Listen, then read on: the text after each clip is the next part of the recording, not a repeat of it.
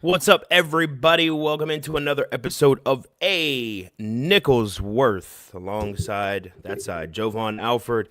I'm Keaton Nichols. We're hosting tonight on the program, Monday, February the 3rd. Oh, how time flies. Jovan, it's been 2 weeks since we were last on the air, and not that we didn't anticipate a whole bunch of crazy stuff happening, but bunch of crazy stuff happened in the last couple of weeks. We got to talk about it tonight, man. How you feeling tonight so far? I'm doing all right, man. Always glad to be on the show with you. Like you said, we got a lot to talk about. It's so That we do. crazy how much the news cycle kind of fluctuates in like 2 weeks, and there's just so much information, there's so much news, especially with this administration. You swear it's like something every day, Every whether it's with day. whether it's with Trump or Republicans on TV saying the most wildest, outlandish stuff. So we got a lot to dive into. Yeah, buckle up.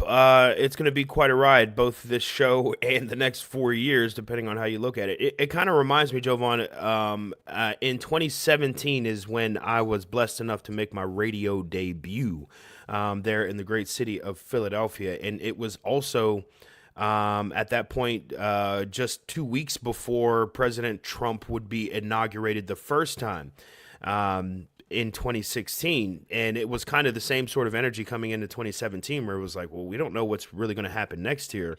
But we know that things, might shake up. Things might be different. We'll compare and contrast some of that energy of what was happening in 2016 versus what we're seeing now. And now 8 years later in 2024 in a most unique situation as well. So before we get into the nittiest of the grittiest, we invite you to join the conversation. You can, of course, leave your comments as we are recording this live. For those of you watching this live and in charge for the first time, you can leave your comments live in the stream. We'll make sure we try and bring those up on the show where and when we can. So just go ahead, however you're watching, whether it's YouTube, Facebook, or Instagram, go ahead and leave your comment or question, and we'll address it here on the show. So lots to get to, as we said this week, Jovan. We haven't done a show in 2 weeks. Actually, it was the inauguration happened almost 2 weeks ago. Yeah, 13 days ago or so. Since then, things have been quite animated since Donald Trump was inaugurated as the 47th president of the United States.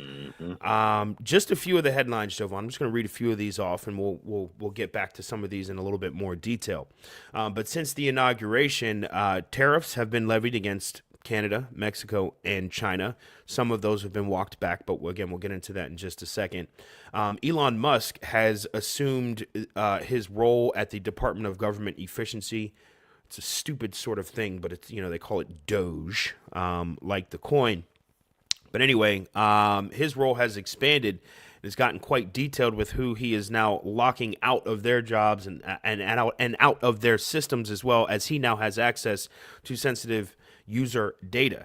There has been this sort of imaginary war that has begun, and that, there's more so continuing in the name of DEI. Right, everything being blamed on DEI. We had a tragic air collision this past week, and the first blame for that, in what is now starting to sound like a familiar approach here for the Trump administration and the Republicans on the right, was to blame diversity, DEI, diversity. Yep. Right, people of color, people that aren't white men, have infiltrated essentially our government too far. And that has to be walked back. Those are just some of the bigger headlines. There's been more, including news on immigration and what ICE agents are allegedly doing in various cities around the United States, including rounding up all different types of people, some even American citizens, threatening to send them overseas, sending them to countries that they don't belong. Just another part of the puzzle here. But Jovan, a lot going on in the last couple of weeks, and you brought up the term before the show that kind of ties all this together, which is Project 2025. Didn't we know that a lot of this stuff was coming because we consistently were tying Donald Trump to Project 2025, a task that was not all that difficult, by the way. While Trump denied his own involvement in Project 2025, which is essentially a plan that we're seeing playing out right now in front of us, but essentially to Right. sort of shrink and replace anything that looks like the current government and replace it with an autocracy behind one Donald J. Trump. I'm summarizing, but you can go read the material for yourself. It's all available online. And juxtapose that Hmm. to what we are seeing in the news right now. Project 2025, Jovan, seems to be laying a blueprint for what we've seen in the first 2 weeks of this administration already with these headlines. Yeah, man. I mean, just seeing how they're trying to dismantle a lot of governmental things. I mean, what when it was the wildfires in California, the whole discussion about FEMA, like it's time to get rid of FEMA. Like maybe we should get rid of FEMA and leave it to the states. Like been the same thing of dismantling government things and leaving it to the states, which Yep. is just mind mind boggling. And now we're seeing other instances of Project 2025, the stuff with the Department of Education, which, there could be announcements coming down, later this month about that. Like you said, the DEI stuff, like they're making this huge push to like paint DEI as this like bad thing and weaponizing it. So it's just been a microcosm of just a bunch of stuff. And like you said, it was kind of given to us in a warning. And I don't believe the mainstream media did enough to try to warn people, with I more agree. so just like, I agree. you guys shouldn't be so scared about this. It's like almost treating it as like the boogeyman, right? Like it He's doesn't the big really bad exist. bully that just likes to talk Right. mean to He people. just Yeah. yeah, exactly. Like he's just talking. There's nothing to really take seriously. Don't you see? He's like profusely denying that he has any involvement with Project 2025. Meanwhile, you on the campaign trail, Kamala Harris continues to bring it up. Tim Waltz, brings it up, saying, hey, as a football coach, I'm saying this in like kind of not verbatim, but paraphrasing, like as a football Hmm. coach, like I haven't seen nobody create a playbook and not use it, right? Like Right. Right. they are using it. Obviously, they're not going step by step by step and just going page by page by page, but they're taking a lot of things from there, picking different pieces of it to try to go and attack and try to destroy a lot of the things that are kind of keeping a lot of other things together. Yeah. Yeah. And I think that to that end, like, it's one thing we need to have a discussion at some point about how much are we listening and heeding the warnings that we say about this kind of stuff when we say that, hey, there's a person out there that is quite literally building a playbook, for a very dangerous form of government that is actually bad for the people. It's actually really bad for the people. At some point, when do we say, hey, this is important enough to try and vote against? Maybe as a separate conversation, but we're here now. We got it now. This is what it is, and it seems like this administration is steamrolling itself, or steamrolling its way rather through this sort of part of the process. And one of the things, Jovan, that I had mentioned before as well, that in 2016, when he became president in 2016, a lot of the people that were around him were simply just career Republicans that were riding on the coattails of Donald Trump's electoral success. Mm-hmm. And a lot of the, sort of wild ideas and sort of crazy things that we're seeing in this administration already within the first 2 weeks being implemented were things that in 2016, I think that were flatly rejected, or sometimes just sort of, I guess, how should you look at it? Almost like shamed by fellow Republicans because they realized that it was bad politics. Mm-hmm. Republicans that had been in office, they had been career Republicans for all their lives, suddenly decided to attach themselves to the Trump train, or Trump decided to attach them to the Trump train. Right. And that was a mixture that didn't actually work all that well. If there was any saving grace from the first Trump administration, it was the idea that there were enough people that told him behind closed doors or behind somebody's doors that there were certain ideas that were not good ideas. There were certain things that we should not be doing. There are certain things that you should not say, especially and in places that you should not say them. There were enough of those individuals to at least hold back many of the bad ideas that we saw attempting to come out of that organization or that administration. This time around, it's nothing but Trump stooges here, and I don't mean to insult these Right. people necessarily on their intelligence, although an argument can be made, but. These are people who have given their ultimate loyalty to this individual. And this is the problem, especially in American politics. And this should piss off everybody that, even thinks has an inkling of respect for the American government. Giving your loyalty to anybody completely breaks down this system of government that we have right now. It was quite literally the very core, the very reason why all those Europeans fled from where they were over there in Europe to come here and go steal land off the Native Americans. The whole point of it Right. was, hey, we don't want somebody, an individual who has a lifetime appointment as our ruler and as our leader to tell us what to do. We want to determine how our own government works. And again, that process has been very, very flawed.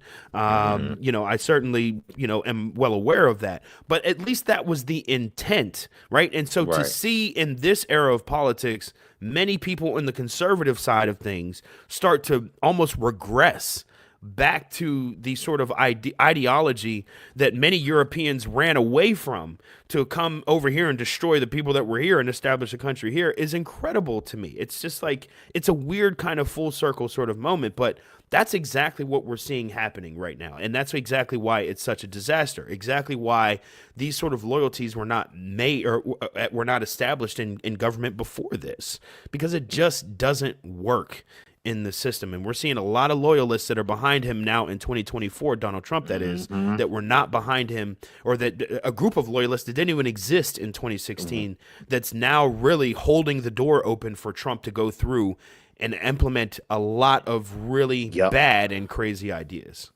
Yep. No, that's 100% right. Because you look back in his first administration, you're talking about guys like General Mark Milley, Esper, General Bolton. Mark Esper, yeah.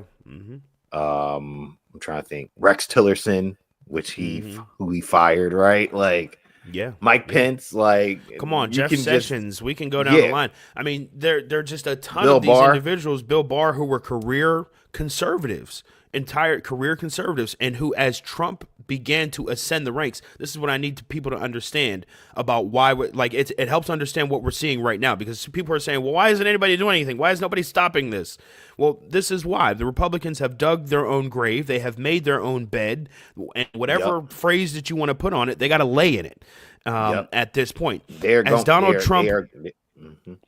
well, I was going to say, as Go ahead. Donald Trump ascended up the Republican ranks, every Republican that allowed him to disrespect their own party, Yep. every Republican that allowed Donald Trump to disrespect the Republican Party now has no basis to step in and say, hey, we need to change what's going on right now because you're Yep. destroying everything that we have. This is a Yep. conversation that we've had before on the program. I am certainly nothing close to what you might call a fiscal conservative or any sort of conservative, a political conservative, anything, right? I am not that kind of person, but I can at least see enough to say that there's a person that is destroying this political ideology in this country. Like what we're seeing, we are losing Republicans. We are losing the concept of GOP here. Amidst all of this craziness that we're hearing about right now, we are losing whatever it is that Republicans and conservatives are. And I think that that's dangerous at this point. We'll loop around to this at the end too, but there are a lot of people that want Democrats to do something here. It's not the Democrats' place to do anything here. I know that might be kind of a hot take here. It's not really the Democrats' spot to do anything. This election was won by a Republican with a majority of votes going to the Republican candidate who won the election, right? there is nothing that Democrats can say here to say, look, we have some sort of leverage here. We have some sort of advantage with the American people to say that most of the American people don't agree with what we're seeing here. According to the vote, this is what most of America agrees with.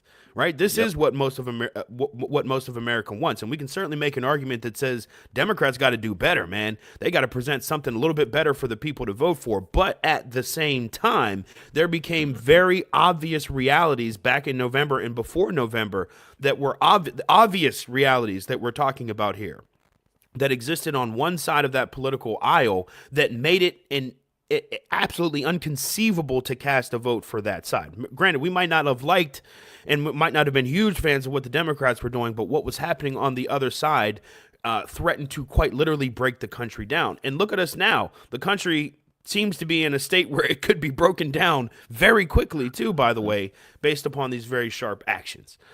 So it's a little bit of like, I told you so, but also a little bit of this is what the people wanted. And so almost in a small way, we have to kind of let, kind of give the people what they want. And this is what the people want. And unfortunately, it's going to have very, very sharp and real consequences for the people of this country, whether you were born here or not, seemingly within that. But make sure you're leaving your comments in, your questions as well. We'll take all of that stuff. A lot of things happening in the last 2 weeks since the inauguration of one Donald J. Trump as president, 47th president of the United States. One of those things, Jovan, is that tariffs have been levied, had been rather, because we have to say had, this news changes quickly. Tariffs had been levied on Mexico, Canada, and China this past week. That was on Friday. This happened. The announcement that these tariffs were not theoretical. They were not a threat, but they would be implemented February 1, right? Am I getting that date right? That was the original announcement. February 1, We're going to get straight to losing you all money as quickly as we can. And so that was it. That happened on Friday. The weekend happens. No news really happens over the weekend. And then today, to add further confusion into everything, Trump walked back those comments, if you can imagine that. Imagine like saying, hey, we are going to economically change this whole situation, and then be like, actually, never mind on that. We're going to go ahead and cancel that. We don't want to do this anymore. This was something that I saw as just an absolute affront to everything that is going on here. What happened is Donald Trump levied a 25% tariff on imported goods from both Mexico and from Canada, 25% each country. And he also levied a 10% tax, interestingly smaller, Jovan, than our North American partners, but a 10% tariff on imported goods from China. On China as well. So now, interesting situation. Three of our biggest trade partners here in the U.S. it's now going to be more expensive for them to import their goods into the United States to have American citizens buy them. That's essentially what the tariff situation means. That's why this is so important for those that still haven't looked up what tariffs are just yet. It is an economic tool. Tariffs are an economic tool usually used to try and force countries to do something or to stop doing something or whatever else like that. So these tariffs that were threatened against Canada and Mexico were done so in the name of Donald Trump basically saying, look, there's a bunch of fentanyl and drugs and guns and all types of stuff that's coming across the borders of Mexico and Canada. I don't know why he lumped Canada into this, but whatever. A bunch of drugs and bad things that are coming across the borders into our country, and it's killing, according to his administration, tens of millions of people. I saw an interesting report this week on Midas Touch. Shout out to the folks over at Midas Touch, who looked up the CDC's actual CDC numbers for total drug overdose deaths since 2003, I believe was the marker. It might have been 2006, whatever it was. It was the last 20 plus years worth of data. And those numbers were like just over 2 million, or just over 1.5 million people that had perished from drug overdoses in the last 20 years, according to the CDC data. So just the very language here that we're hearing from Donald Trump. I am imposing tariffs against our two neighboring countries here in the United States because tens of millions of people have died as a result of fentanyl overdose, right? Now, there's so much to unpack here just with that statement that it can maybe sometimes confuse people long enough to have them forget about what's happening right in front of them. There have not been tens of millions of people that have perished from fentanyl overdose. There haven't even been tens of millions of people in the United States that have perished from all drug overdoses entirely, right? So these are the things that have to be broken down. The second thing is here, what are you talking about? That's the second thing, right? Like sometimes you have to break down the facts and say, look, this is factually incorrect. But the second thing is like, what are you talking about, man? Like you're saying that all this fentanyl is not coming from the United States. It's coming from other countries. The entire issue that the United States has with fentanyl is coming from other countries, and it's being essentially forced in by what? The other countries, that Canada and Mexico have some sort of natural motivation to get Americans, send Americans into a tizzy in overdoses and fentanyl deaths and things like that. What motivation do these other countries, who again are our top trading partners, what motivation do they have to do that? It's very frustrating to go over all of this stuff because there is not really a tie to anything. There's a lot of information that's just being thrown out here, and then the people react. They don't really know how to react. They don't really know what's happening because the person that's directing all of this at the top, spoiler alert, he also doesn't know what's going on either. And I think that that's a big part of the problem of what we're seeing now. It's confusing, one, because there isn't really a solid plan, but in addition to that, it appears that the person that's at the top of the decision-making chain here doesn't really know what he's doing. Doesn't really know what he's doing as well. So let us know what you think. Leave us your comments. Leave us your questions, everything else like that. It's been a busy couple of weeks of news, I know, for sure, but we're going to try and keep it all together. We do have a comment coming in. Will comments in and says, in Trump's defense, 90% of our drugs are imported, plus the main items we get from China are electronics we can make here. And saying he's completely right, but he's not completely wrong either. So yes, with a grain of salt, you can take some of this information to say, yeah, are there harmful drugs that are imported from other countries that find their way to the United States? Absolutely. Yes.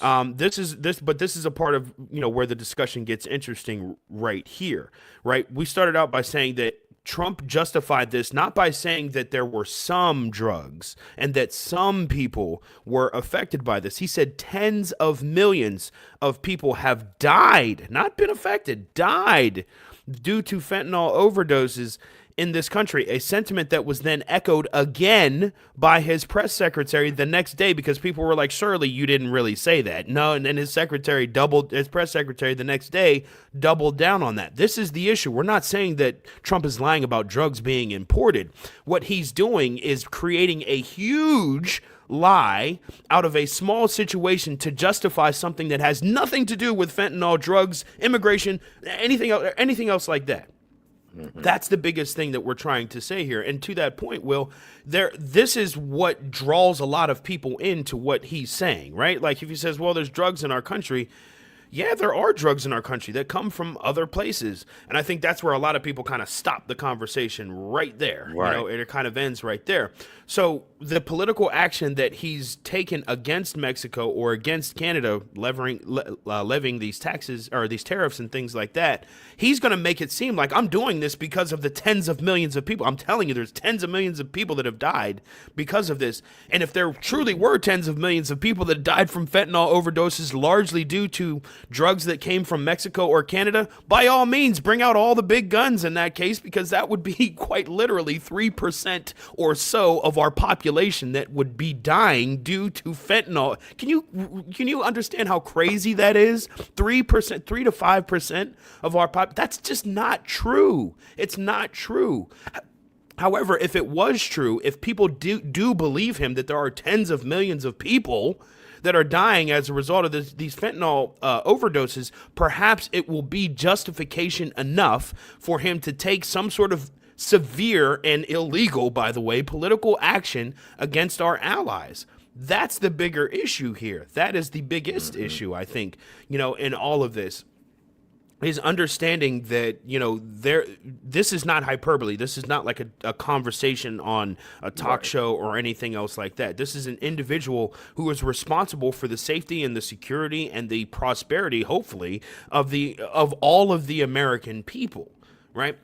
I think you've got to be a little bit more responsible when it comes to these kind of things, to apply and assess the proper blame if necessary, but to apply the proper pressure to the situation so that the problem can be solved. Right. Jovan, a part of this was we saw this with the DEI distraction, as I like to call it, many times too, right? There are very real issues that are happening in this country, real issues that are not to be politicized because they naturally should not be. Jovan, this Right. week we saw the Cali wildfires. We saw hurricanes before you remember the hurricane that happened right before the election? And there were actually people that were going on Al Gore's internet and saying that the hurricanes were potentially caused by Democrats, that there were Right. Democrats that were actually causing these hurricanes to happen in Georgia as to disrupt voter registration efforts of the Republicans. This is the kind of stuff that we're talking about here, right? Like, that's absurd. We had a tragic air collision, unfortunately, this past week, where dozens of people lost their lives in this air collision. Okay?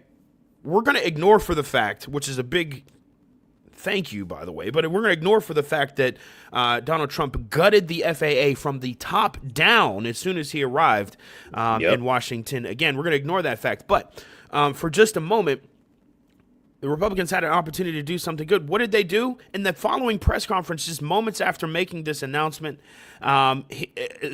everyone in that administration, including Trump himself, blamed diversity initiatives. They blamed the FAA's sort of commitment to diversity, if there is such a thing there, Right. on why this whole thing happened, and that was totally untrue. Jovan, the pilots are both white guys. And it goes back to being presidential, which he wasn't. Like, you're supposed to be telling the American, like, really comforting the American people, the families, the victims, right? You're supposed to show some type of decorum, right? And that totally went out the window, right? After he got through his little press read message that someone wrote up for him, he completely turned back into what he's used to doing, right? And like you said, then Within it goes seconds. within seconds, and it goes through. And I think that was more infuriating for me watching it, when it's just like, yo, dude, like, something literally just something tragic happened in your backyard, like your backyard.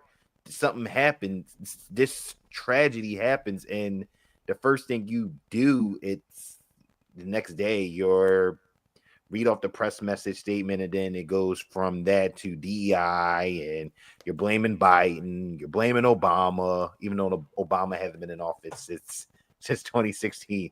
You're blaming Pete Buttigieg, who was the former Secretary of Transportation under the Biden administration. You're blaming him, and you're blaming DEI, and you're putting minorities, women, people with disabilities, like, you're putting everybody under this umbrella, which is just disgusting and horrible in his own right. And then after he gets finished, then JD Vance goes up there, reiterates the same points, and says, "Mr. President, thank you. We're going to do what we're going to do. DEI, da da da da." Sean Duffy, same thing. Pete Hegseth, same thing. Press Does the same secretary, thing. yeah. Everybody's pretty much repeating the same talking points, like they've been watching a Dr. Umar video and he's repeating the same thing 3 times. Like, they're all repeating the same things, and just like, it's ridiculous. Hey, it's DEI, and I forgot, what did Pete Hegseth said something about DEI, saying, or was it Vance, something about we're not colorblind and DEI, like, it's confused. It's honestly confusing for people that aren't really paying attention, that haven't really like followed this story out all the way, because it's like, wait, what? Huh? What are we saying here? There were many conservatives that publicly commented about how uncomfortable this kind of made them.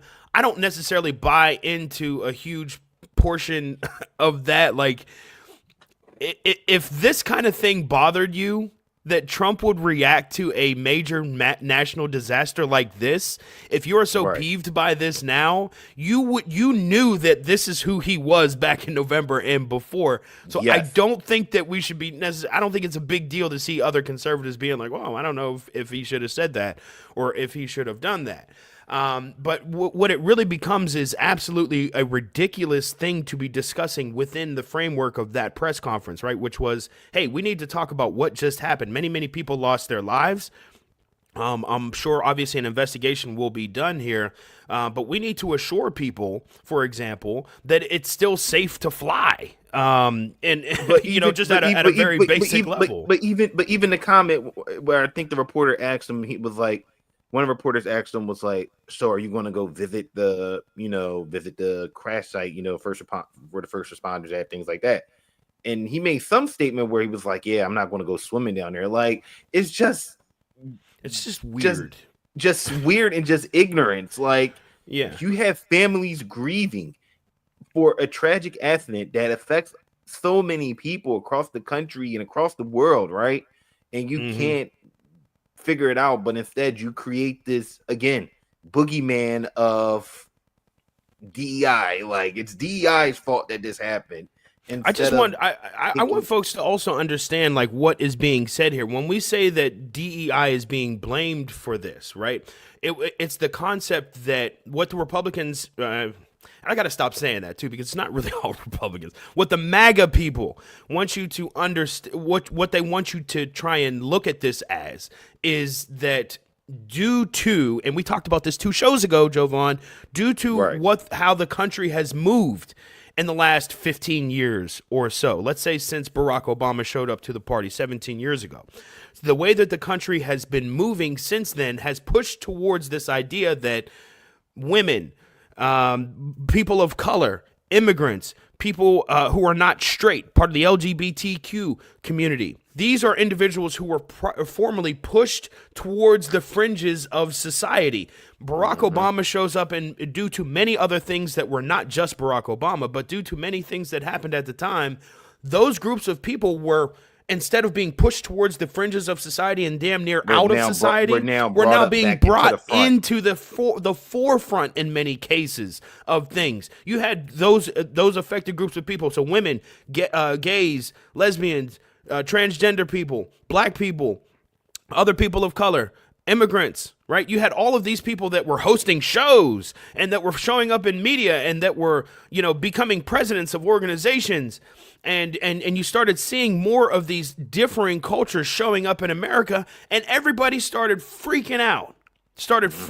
And Republicans, everybody on the Republican side rather, started freaking out when we saw the Sarah Palins years and years ago, and we saw the Tea Party. You remember that? The Republican Tea Party activists and stuff. All of that stuff was born out of out of this idea that we have allowed these people that we used to push to the fringes of society. We've allowed them a seat at the table, and there were some people that were really pissed off at that. Now, fast forward to what we just talked about just now.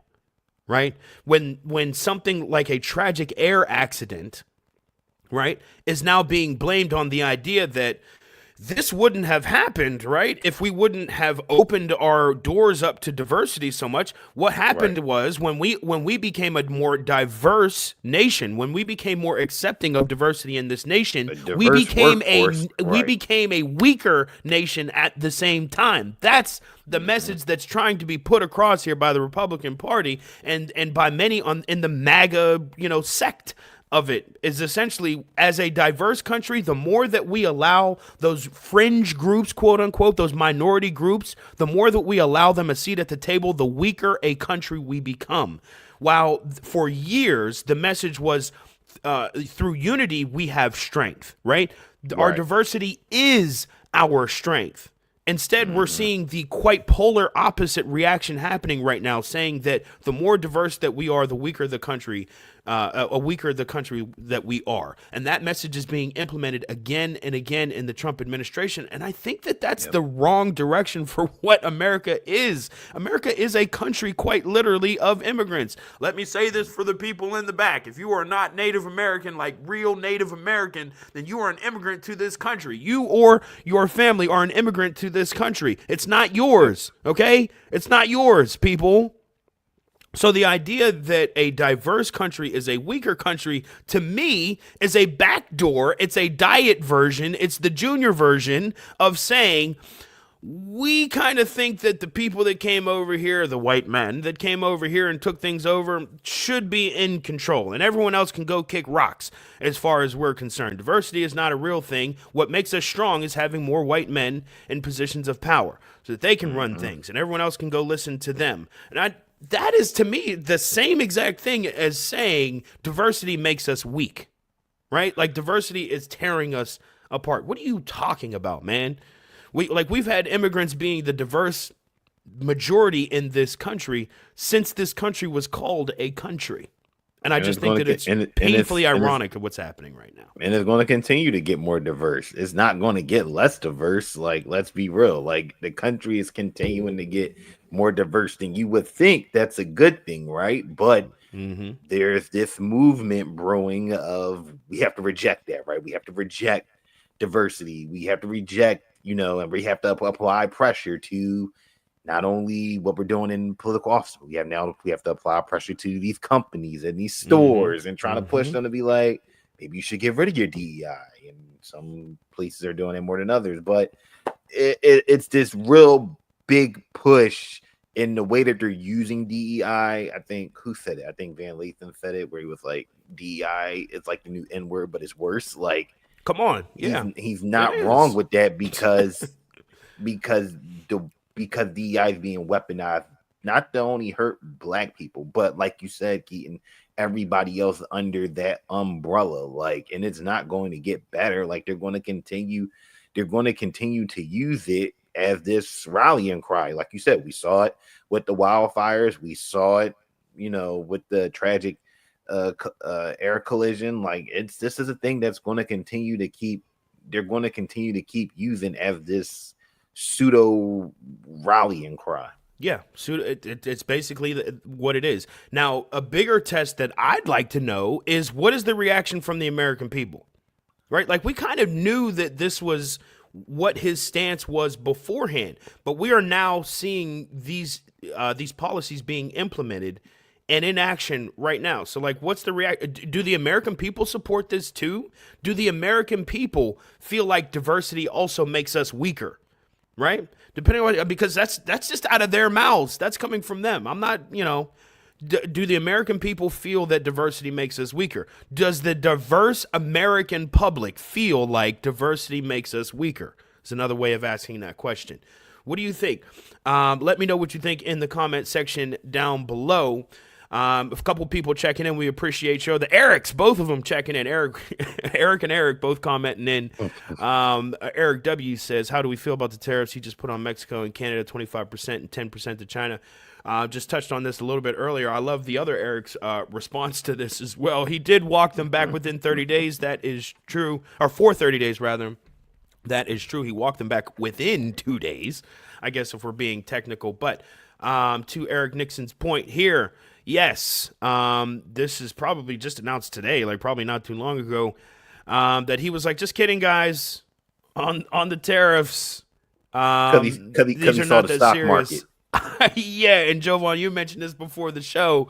Canada and Mexico were like, bet. That was their response to the tariffs. Bet. Squabble up, as Eric says. As Kendrick / Eric says.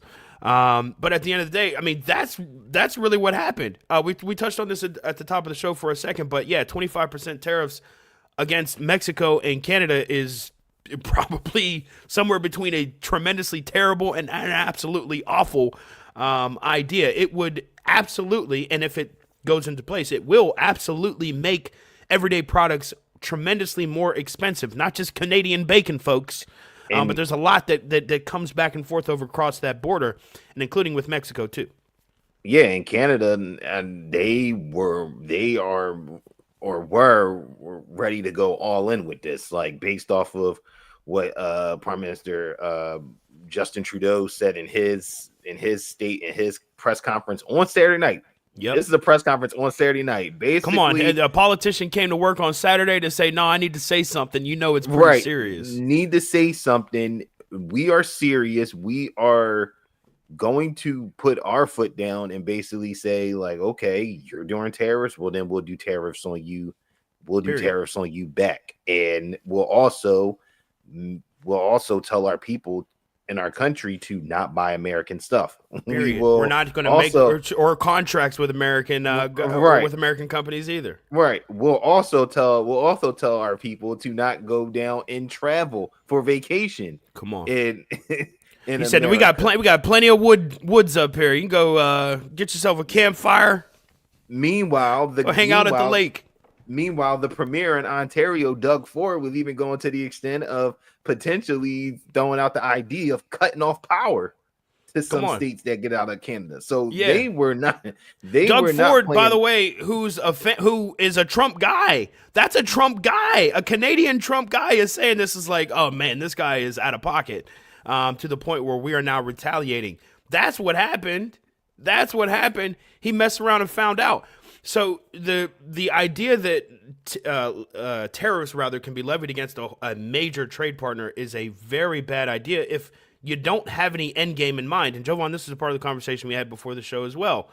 A part of the reason why this was so absurd, this whole tariff idea was so absurd, is because there was no plan. There was no back end plan. This was not a we will tariff you unless you ... Do right? a X, Y, and Z. Yeah. There was no if then proposition about what was going on. Reporters were in there in that room on Friday asking him, what is this for? What are we doing here?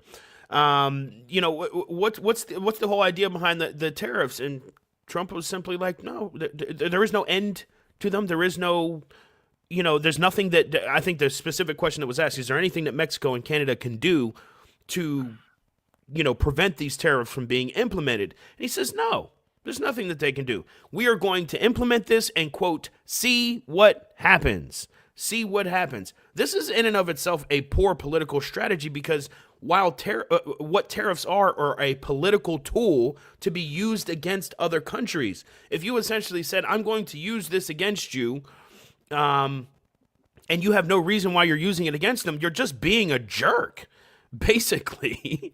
And so that's kind of what the situation ended up being. Over the weekend, there was no end in sight to these tariffs, or there was no rhyme or reason for them that was legit other than this falsified tens of millions of people are dying from fentanyl, which is, of course, patently untrue in a number of ways.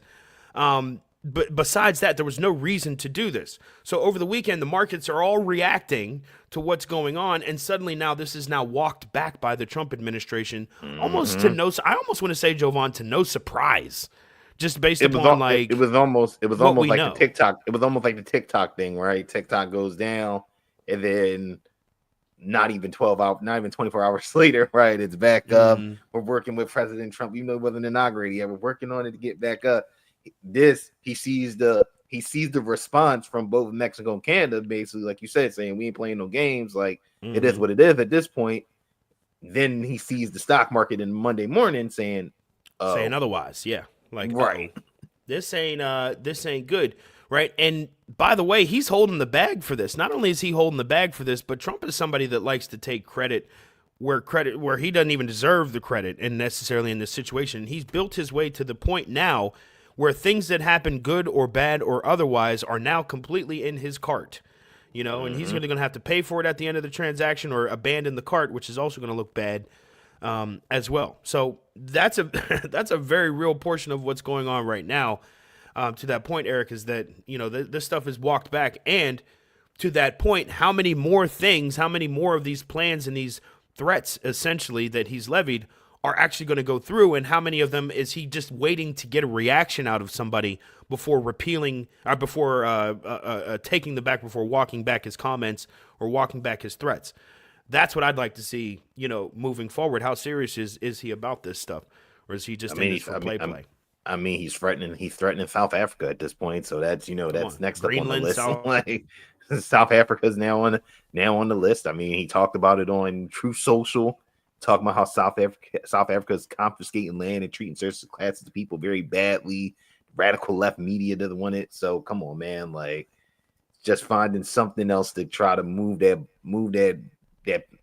ball and see, like, all The right, let me needle put a it little here, bit let me put more. it here. Absolutely, absolutely. My cousin commenting in, he says, what I feel makes us weaker is integration, not necessarily diversity. Interesting.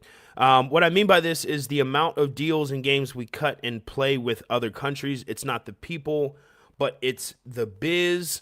The integration versus not versus rather, but the integration and diversity conversation. Always an interesting one when we talk about the civil rights movement. And I would be very interested, to see what the temperature was like back during the civil rights movement about the amount of African Americans and people who weren't white, let's say in the country at the time, who preferred a diverse country, but not necessarily an integrated country per se. That integration, a lot of clashes were happening with integration. In other words, as communities began to blend, essentially, they naturally became diverse. But that integration didn't always mean that people got along or that people were nice. As a matter of fact, it oftentimes meant the opposite sort of thing, which led, I think, a lot of even, especially black activists, thought leaders even today to challenge the very notion of America's integration and whether or not it's any good for the people that are here. I will say this, though. With a country that is so tremendously diverse, it's not just black people and white people. It's people of all different types of races, backgrounds, nationalities, etc.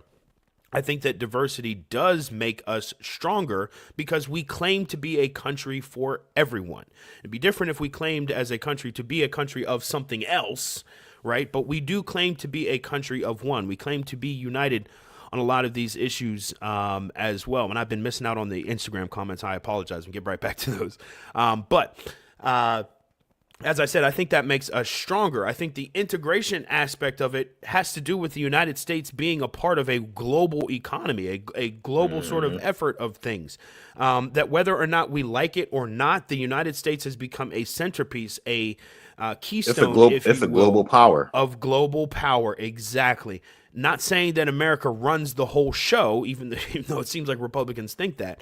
But America doesn't run the show. They're just a key part and a key member of it.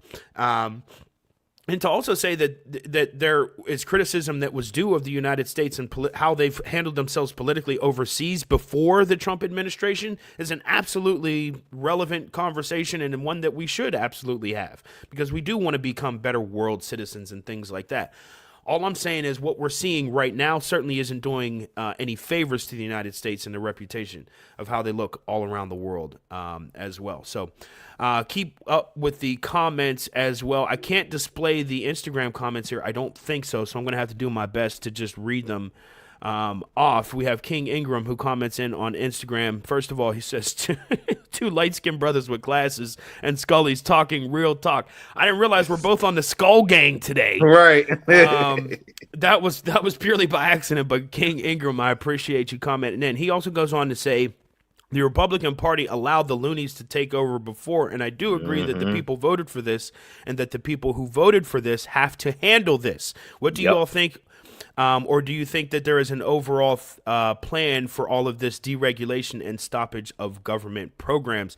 I really appreciate you, King Ingram. I hope you are still listening because I'd really like to get and address this subject that you just brought up right now because I agree with you. The Republicans allowed a big time on a few things that you just said there. The Republicans allowed the loonies in the door, right? They held the door open and allowed the circus to come into town, and that is exactly what the party has been and then pardon them for January 6th. Come on. Doubling down on the just stupidity of the whole thing. Here's the thing. If I'm a Republican, I hate what's going on with the party right now. I hate what's going on with the country. I hate what's going on with the party right now. It sucks because the Republicans have no identity anymore.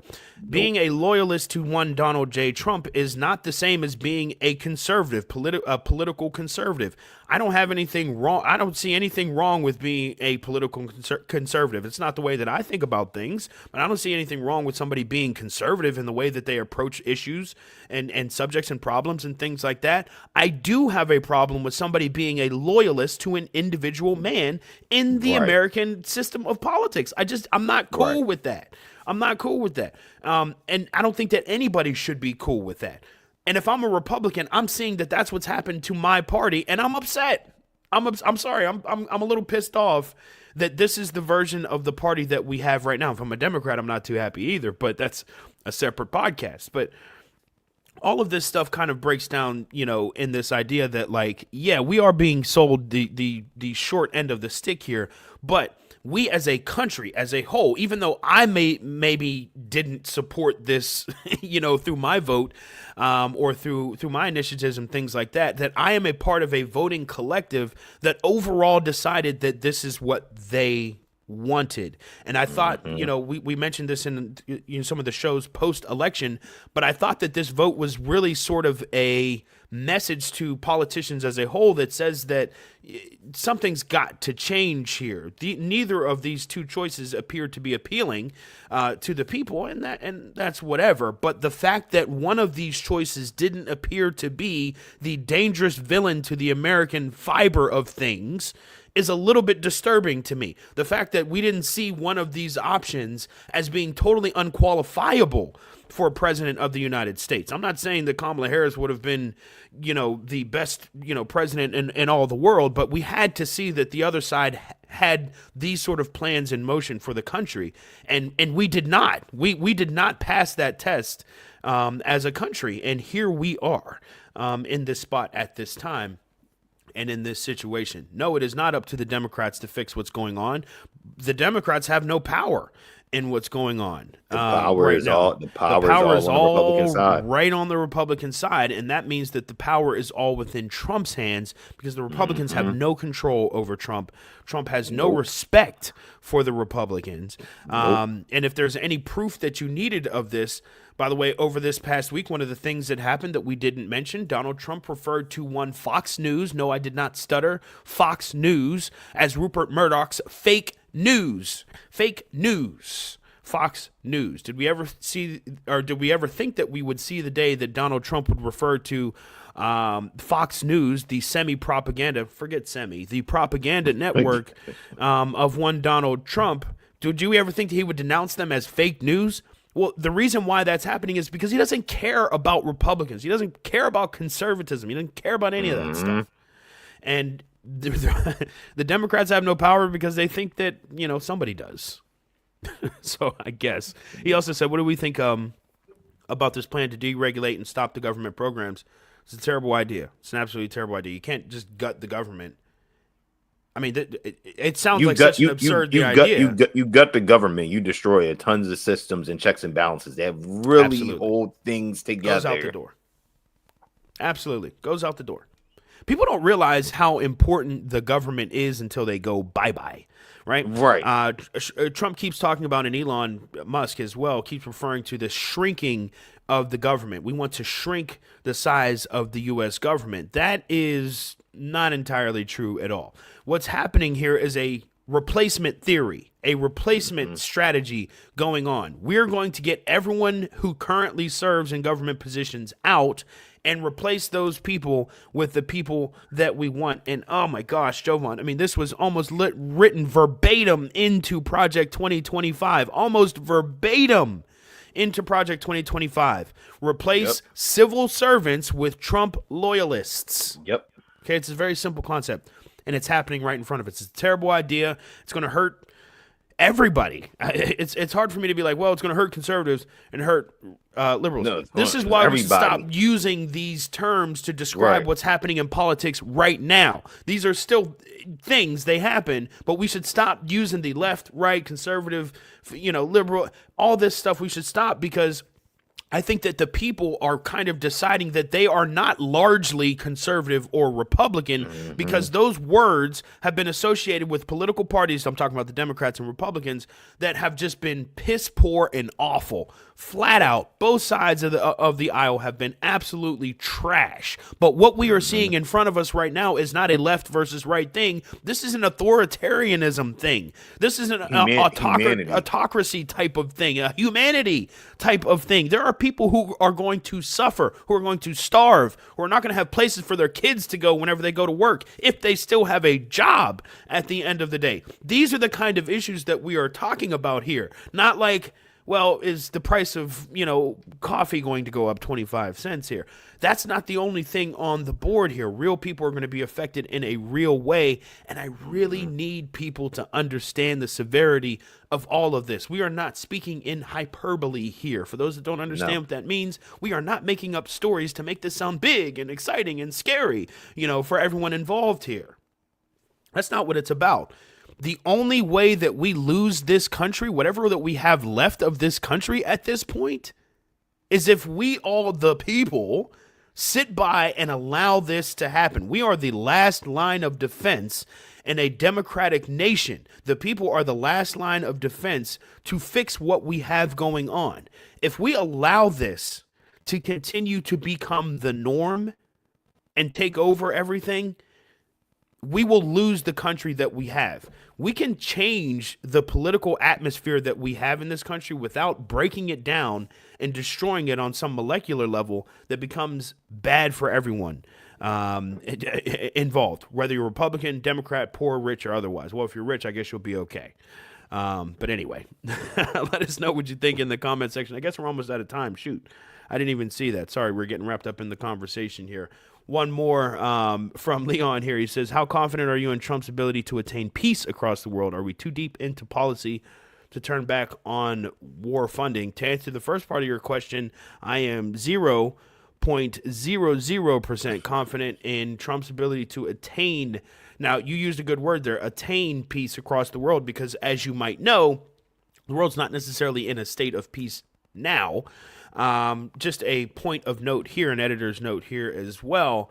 Donald Trump promised within, 24 hours, Jovan? 24 hours, yep. He promised within 24 hours that the war in Ukraine was going to be kiboshed. Still going on. As far as I'm looking at it, what is it? Yeah, February 3rd, we're still cooking. We're still cooking. And the adversary in that war is a very close personal friend of Donald Trump's, actually, Vladimir Putin. So little things like that.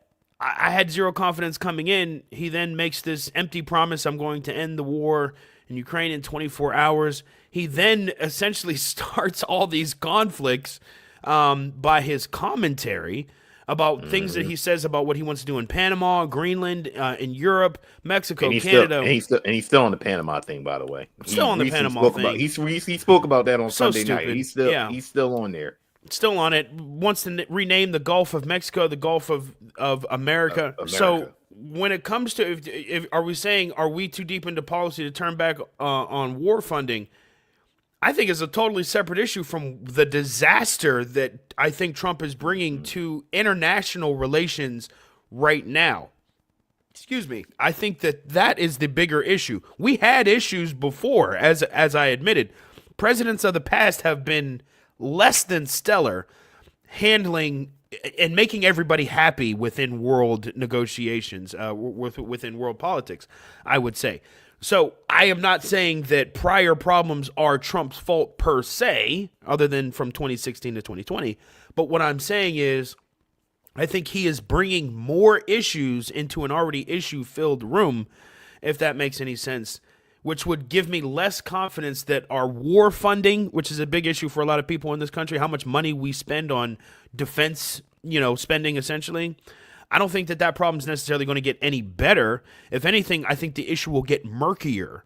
I think the issues will get cloudier and harder to kind of solve because we're going to be dealing with other issues that are being brought to the forefront right now. But I do appreciate that question. All the questions, all the comments again today. We are running out of time, so we got to wrap here. But I appreciate you guys. Will, Eric, Jim commenting in. I saw you, Jim, in case we didn't get back to it right there. Leon, we got folks, King Ingram on Instagram, Intellect checking in as well. I appreciate you for checking in on the Instagram as well. Make sure you tell your friends about our YouTube page. Hold on, let me put it up. Let me put it up here. I made a banner for it. All right, there you go. There you go. Nice and simple. We're very low tech here. High information, low tech.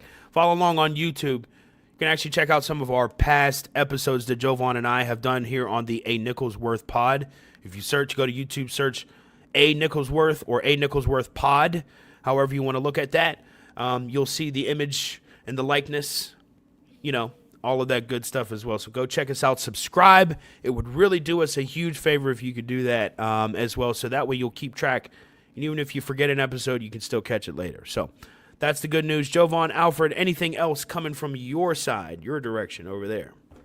Not so much, always appreciate again everybody tuning in, interacting, with us, joining in the commentary. It's always, good to be doing the pod with Keaton as always, and having you guys continuing to come back week after week after week, or whenever we record, just engaging, because that's what it's all about, right? Us having a conversation to inform, not only just informing everyone, right? Informing each other about the things that might go, past our minds, or we don't think about, right? Because there's 10 million other things we're thinking about, of course, of the day, or, we're worrying about what's happening in the NBA or the NFL, right? There's so many things that can get lost in the sauce, and that, again, we just appreciate everybody, tuning in, tapping in, everybody that's always coming in, for sure, leaving comments, down to business, always tapping in with us too. Appreciate you guys in the down to business as well. Go check out them. As a matter of fact, hold on, let's put them up as well, because I just want to shout out Down to Business podcast to you guys have listened in on just about every live that we've done so far, and I really appreciate that.